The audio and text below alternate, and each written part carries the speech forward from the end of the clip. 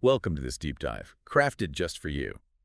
Today we're taking on a topic that's, well, a little spooky, a little mysterious, but oh so fascinating. Japanese yokai.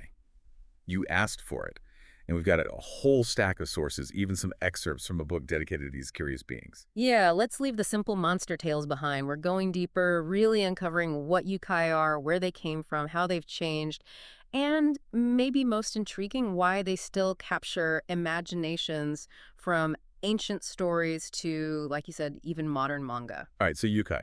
For those who might be picturing, I don't know, like Western mythical creatures, are we talking about something totally different here? Oh, for sure. Yokai are not just your typical monsters hiding in the dark. They're woven into like the whole fabric of Japanese culture, myths, literature, art, and yeah, even today's products, merchandise, ads, the whole shebang. So it's a pretty wide category then. Any way to pin down a simple definition? Well, that's where it gets tricky. Hard to pin down a perfect definition because yokai themselves are all about being strange, unusual, the other. But they're also wondrous, rare, inspiring awe. It's this weird mix, bizarre yet marvelous, that makes them so captivating. That contrast really is striking, isn't it? Like there's more to it than just boo scary stories. Exactly. A lot of it comes from this animistic worldview, the idea that spirits are in everything, not just living things. This kind of blurs the lines between natural and supernatural, so a world full of yokai doesn't seem so far-fetched. Okay, so we've got these multifaceted beings tied to a spiritual view. When did they first pop up in Japanese culture?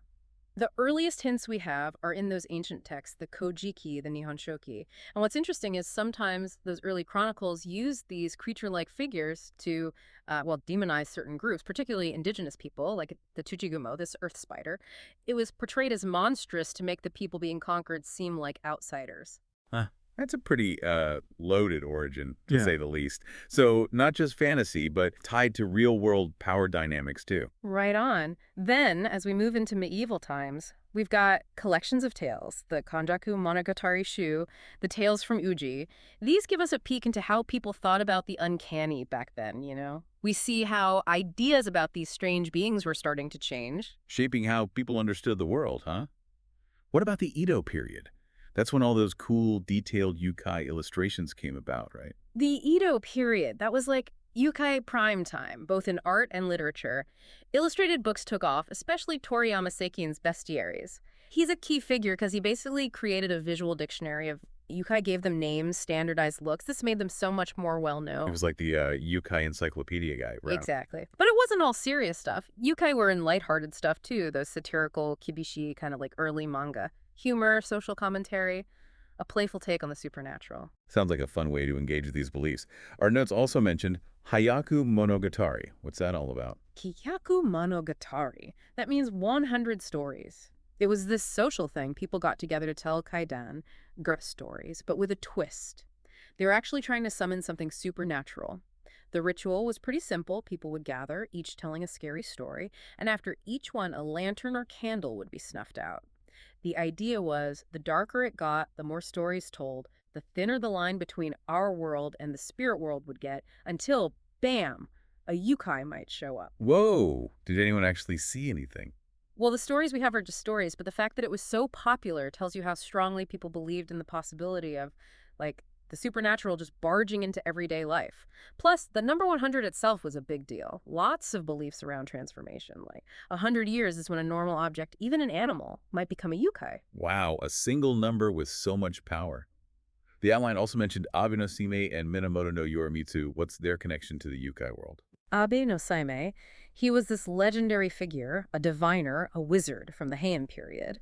Seen as a master of the occult, had all these crazy powers, including control over shikigami, you know, those familiars. Legend says he had 12 of them, hiding under a bridge. Now, bridges, they're kind of liminal spaces in folklore in between places, and that makes them ripe for supernatural stuff. Then there's Minamoto no Yorimitsu, aka Raikou. He was a real warrior, but became this, like, yokai fighting hero in legends, famous for taking down powerful oni like Shutenbuji. Some stories even mesh them together. Sime the strategist, Raikut the muscle, tackling those really tough yokai. So, like, the superhero team of the yukai world. Let's jump ahead. Our source talks about a yukai boom in the 80s and beyond. What triggered that? That boom was a perfect storm, really. Manga, especially Mizuki Shigeru's Gate no Kitaro, that was huge. Plus the anime, and then you've got scholars getting more into folklore. Suddenly, yokai were everywhere, and that made them, well, marketable. Yuzuki Shigeru's name keeps coming up. What made his impact so big? His work is massive, no doubt. He didn't just record yokai, he invented new ones, popularized them, made them a part of today's Japanese culture. His illustrated catalogs were like those Edo period bestiaries, but his manga brought them to life for whole new generations. Some even say he saved tons of obscure yokai from being totally forgotten. Quite a legacy.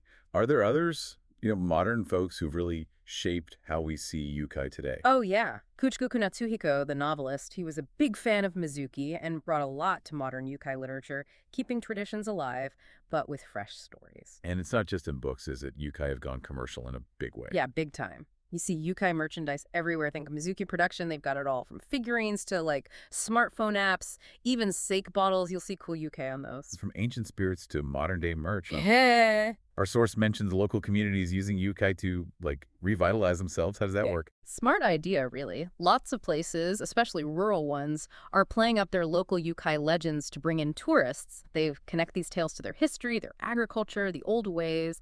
It's unique branding, draws people in, lets them sell local goods with yokai on them. Keeps traditions alive and makes some money, too, huh? Sounds like academics are getting into the yukai game as well. Totally. New yokai gaku. They call it new yokai studies. Researchers from all fields, folklore, anthropology, literature, they're making dictionaries, databases. It's serious scholarship now. Clearly more than just old wives' tales. Let's get into specifics. The Kuchisake Onna, the slit-mouthed woman, that one's pretty chilling and modern, too. Oh, the Kuchisake Onna. She really blew up around 1979, scared kids all over Japan. The story is she wears this surgical mask, approaches people and asks, "Am I pretty?" If you say yes, she takes off the mask, reveals this horrifying mouth, slit ear to ear, and asks, even like this. Freaky stuff, and it really tapped into anxieties of the time.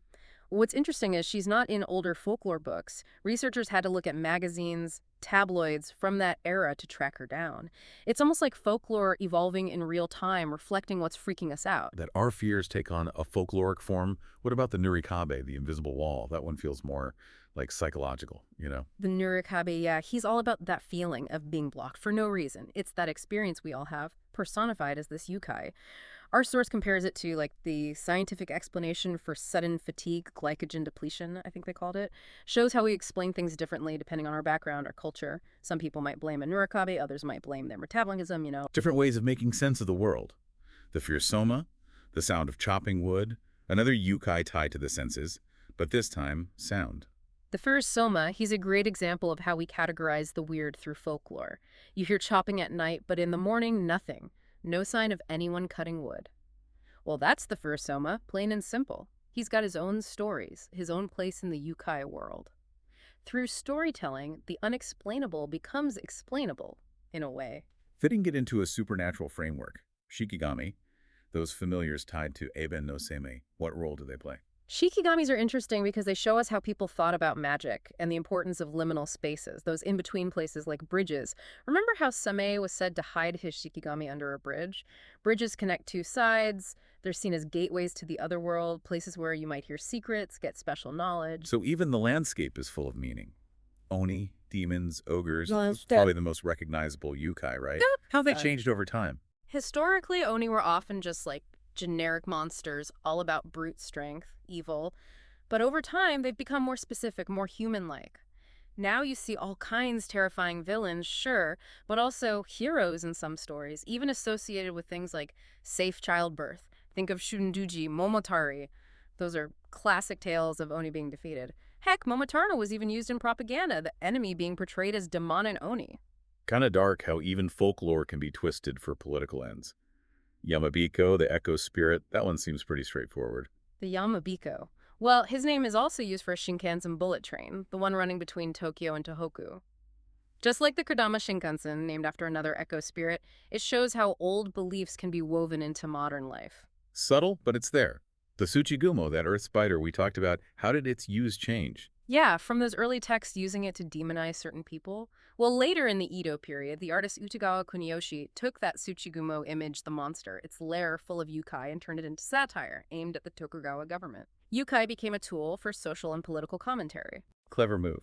Tengu, mountain goblins, tricksters, they seem a bit harder to pin down, good or bad. Definitely. Tengu are tricky, associated with powers, martial skill, but also with magic that wasn't Buddhist, sometimes seen as, like, shady.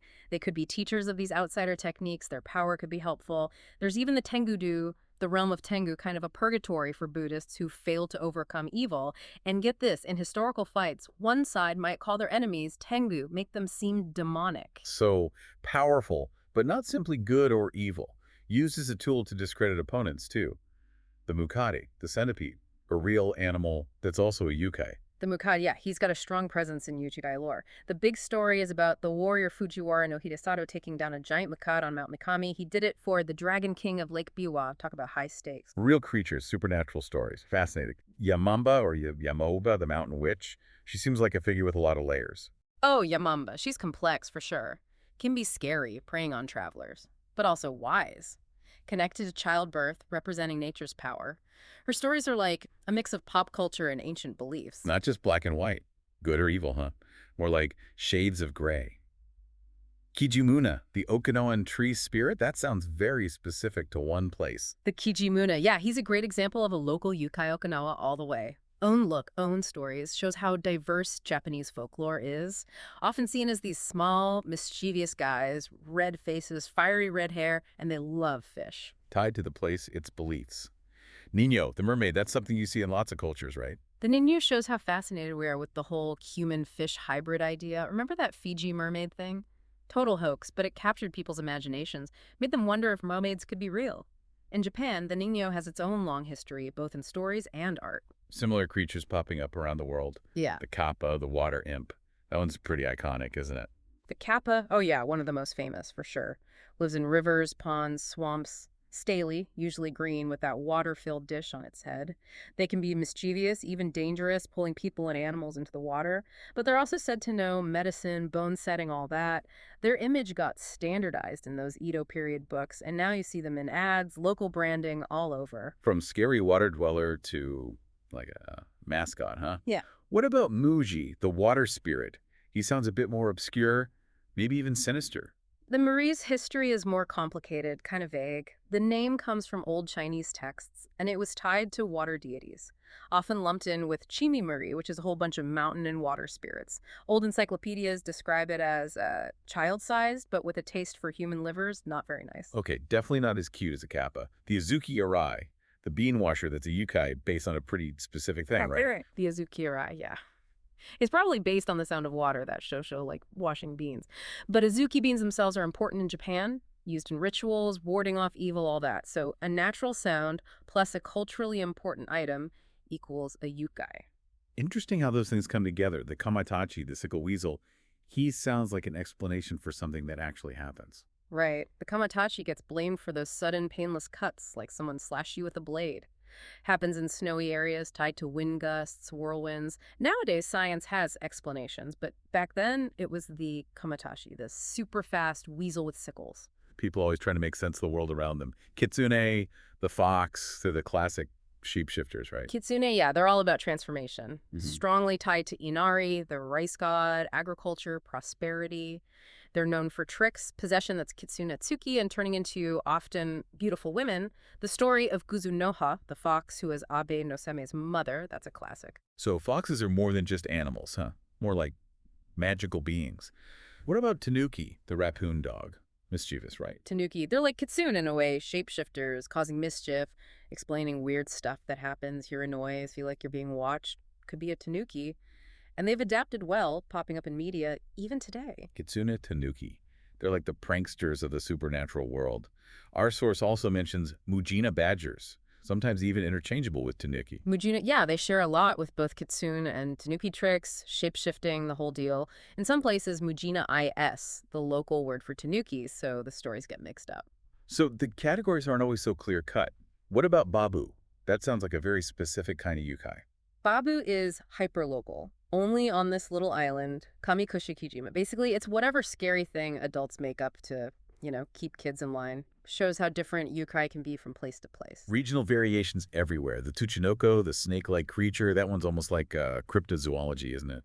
The Tsuchinoko had this boom in the 70s, fueled by a book with all these supposed sightings. It went from a pure yukai, supernatural, to a UMA, unidentified, mysterious animal, something that could be real, but nobody's proven it. So how we see these beings can really change over time. Hudas Pokoza, the one-eyed boy, there's a pretty dark theory about him, right? Yeah, Yanagi Kunio, the big folklore scholar, had this idea that Hideyoshi Koko's was connected to, get this, ancient human sacrifices, like victims might have had an eye removed. And over time, the image of the one-eyed figure stuck around, got reinterpreted, and eventually became this creepy little yukai. Man, that's heavy stuff. Yeah. What about the Nupepo, the shapeless blob, and Naparabu, the faceless ghost? They both sound creepy in different ways. The new Peppa, yeah, he's kind of vague, maybe related to the Naparabo, but nobody's really sure. The Naparabo, though, that one's truly unsettling. Looks human, but completely smooth face. No eyes, nose, mouth, nothing. That absence of a face is just wrong. Deeply disturbing. Lafcadio Hearn wrote down a classic Naparabe tale, and you find similar stories all over Japan, often with the faceless thing mimicking people, adding to the fear. Yeah, the lack of a face is just primal, disturbing. What about the Nekomata, the cat with the split tail? Nekomata are thought to be regular cats that become yukai as they age, getting powers, that forked tail. They're in tons of ghost stories, sometimes portrayed with human-like traits. So even our pets can go supernatural. Kudan, the human-faced bovine, seems like a bad omen, right? The kudan is like a calf, but with a human face, and it can speak prophecies, usually bad stuff, epidemics, disasters, and then it dies after giving the prophecy. It's seen as a sign of upheaval, big changes coming. Creature of doom, huh? Nuerion, our source, mentions something interesting about how he's portrayed now. The whole leader of all yukai thing, the smooth, cunning Nuarion we often see, that's pretty recent, might come from a mislabeled image from like 1929. Older descriptions are less clear.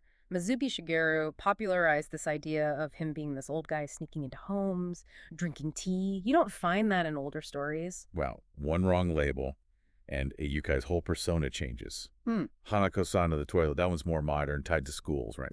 Hanako-san, yeah, she's a classic urban legend the school ghost story girls tell. Haunts restrooms might be tied to, like, anxieties around puberty periods. She's often seen in a red skirt, red being the color of blood, all that. Modern fears, new folklore, Rokurukubi and Nukakubi, the stretching neck and detachable head, those sound like horror movie stuff. They're pretty wild visually. Rokurokubi stretch their necks super long while the Nukakubi can pop their heads right off and the heads fly around on their own. The detachable head thing might be related to like old beliefs about the soul leaving the body, like ikiri, those wandering spirits of living people. Those are some visuals you don't forget easily. What about Tenjinmei, the ceiling licker? He sounds strange, even for a yukai. The Tenjinmei, he's definitely an odd one. Lick stains on ceilings, that's his thing. Where he came from is kind of murky. Some say Toriyama Seikin invented him. Others think Mizuki Shigeru fleshed out the story. Either way, he's another example of how bizarre and diverse yukai can be. Creative, to say the least. Zashiki Warashi, the house spirit, that one seems like you'd actually want him around. Yeah, Zashiki Warashi are the good luck charms. Childlike spirits bring fortune, prosperity, mostly found in Tohoku, look like kids, act playful. If a Zashiki Warashi lives in your house, you're going to be rich, lucky, all that. So not all doom and gloom, some yukai are good to have. Lastly, Tsukumogami, the objects that become yukai that really brings us back to that animistic idea, right? Totally. Tsukumogami are that animism in action. Everyday things, but they exist for so long, usually 100 years, they get a spirit, become yukai. It's that idea of beikomono, things that transform, objects changing into yukai. It's all about change, the ordinary becoming extraordinary, even supernatural. Well, this has been an amazing journey through the world of yukai. So looking at it all, what are the big takeaways? A few things stand out. Yukai are often metaphors hitting a wall, social commentary, trying to understand the unknown. They're also super ambiguous, fluid. They don't fit neatly into boxes. Their descriptions, their roles change over time from place to place. That's part of what makes them so interesting. Then you've got tradition and innovation constantly mixing, yukai evolving through stories, art, even marketing. They keep adapting, staying relevant. Right. And why do yukai exist at all?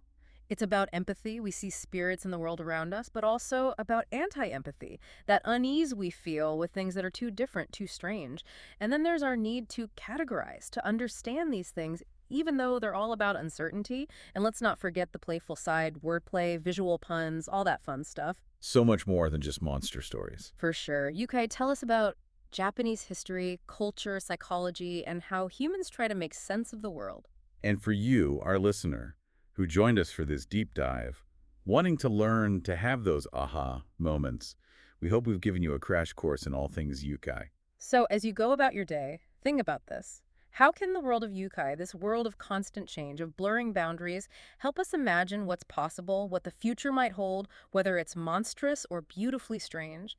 Keep exploring the world of Yukai. There's always more to discover.